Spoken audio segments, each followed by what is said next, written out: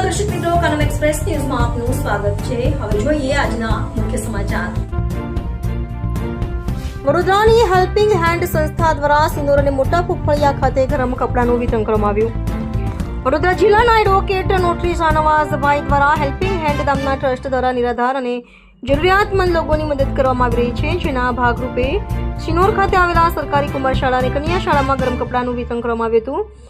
જે બાદ મોટા ફોફળિયા ખાતે આવેલા હોસ્પિટલ સ્ટાફ અને શક્તિ કૃપા ચેરિટેબલ ટ્રસ્ટના સભ્યોને સાથે રાખી નવજાત શિશુઓ માટેની કીટનું વિતરણ કરવામાં આવ્યું હતું।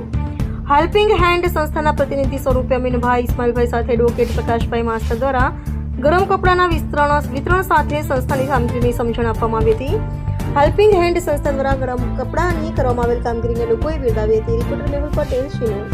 આજરોજ બોપડિયા ખાતે પ્રાથમિક આરોગ્ય કેન્દ્ર અને જે વડોદરા જિલ્લાની સર્વશ્રેષ્ઠ આરોગ્ય મંદિરની નામના મેળવેલી છે એવા બોપડિયા હોસ્પિટલ ખાતે વડોદરાના હેલ્પિંગ હેન્ડ ટ્રસ્ટ તરફથી નાના બાળકો, નવજાત બાળકો માટે શરદીના કીટ આપવામાં આવી છે અને શિયાળામાં બાળકો માટેની ટોપી, રૂમાલ અને શાલ આપવામાં આવેલ છે।